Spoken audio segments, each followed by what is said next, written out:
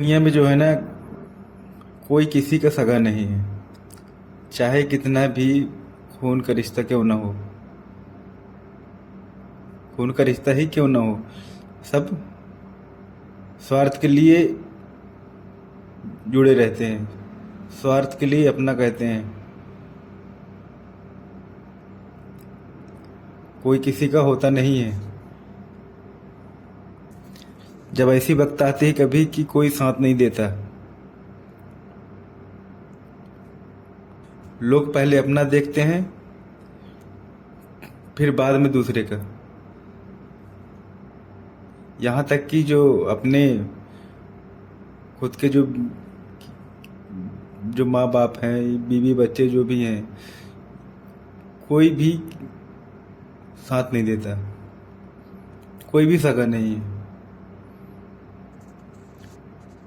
बीवी बच्चे इसलिए प्रेम करते हैं, इसलिए प्यार करते हैं, इसलिए रिश्ते में बंधे रहते हैं कि आपसे जुड़े हैं, वो आप पे आश्रित हैं। अगर जिस दिन वो स्वयं कमाने लग जाएं या कमा रहे हों, तो उनका व्यवहार देखना।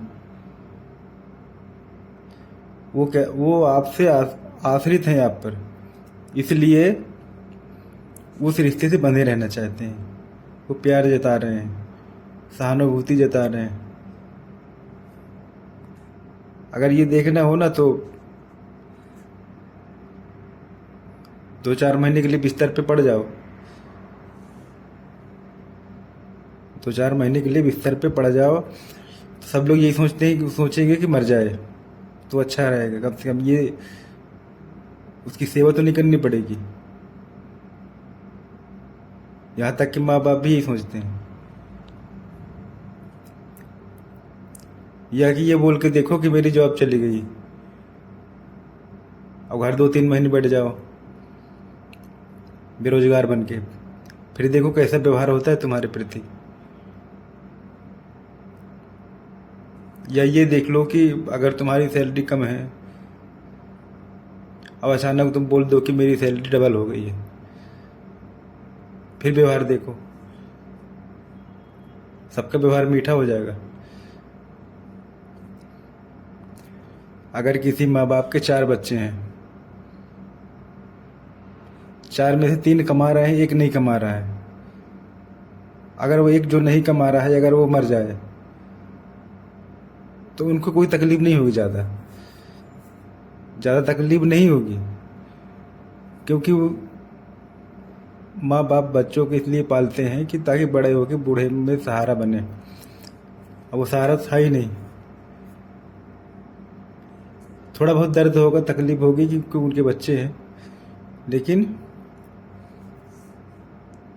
यही सोचेंगे अच्छा हुआ कि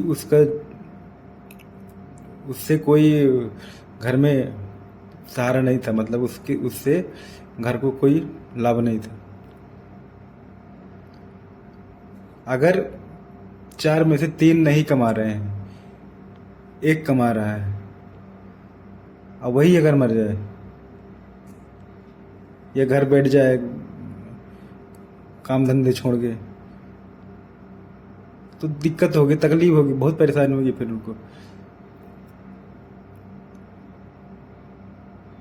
तो कहने का मतलब ये है कि कोई भी जो है सगा नहीं होता। अगर किसी की बीवी कमा रही है